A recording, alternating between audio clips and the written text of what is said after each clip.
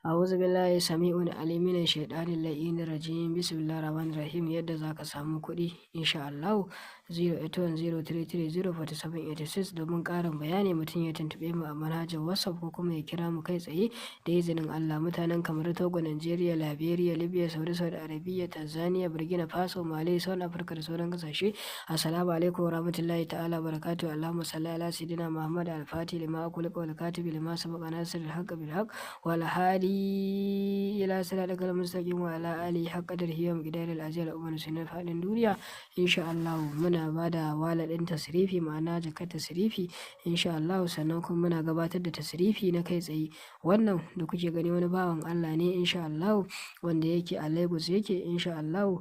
Muka yi magana da shi kuma ya ba mu aikinsa insha Allah, ga nan mun gabatar da shi da izinin Allah ko mun aika masa da shi ya je inda ya kamata ya je, sannan ya mana hoto da bidiyo ya turo mana. Na ce bari in fito in muku jawabi insha Allah akan wannan al'amari da izinin Allah, domin insha Allah tasrifi gaskiya ne, tasrifi gaskiya ne.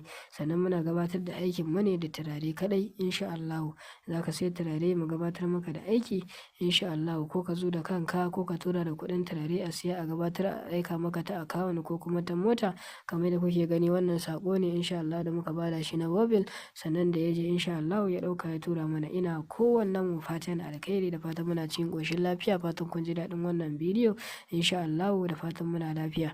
To gaba ɗaya dai insha Allah a takaice abin da nake so in yi muku magana akai shine insha Allah dangane da ayyukan mu na yau da kullum da izinin Allah. Mutane da yawa suna min magana a Facebook amma sai su ji shiru, ban bayar musu da amsa da wuri ba, to yanayi na jama'a.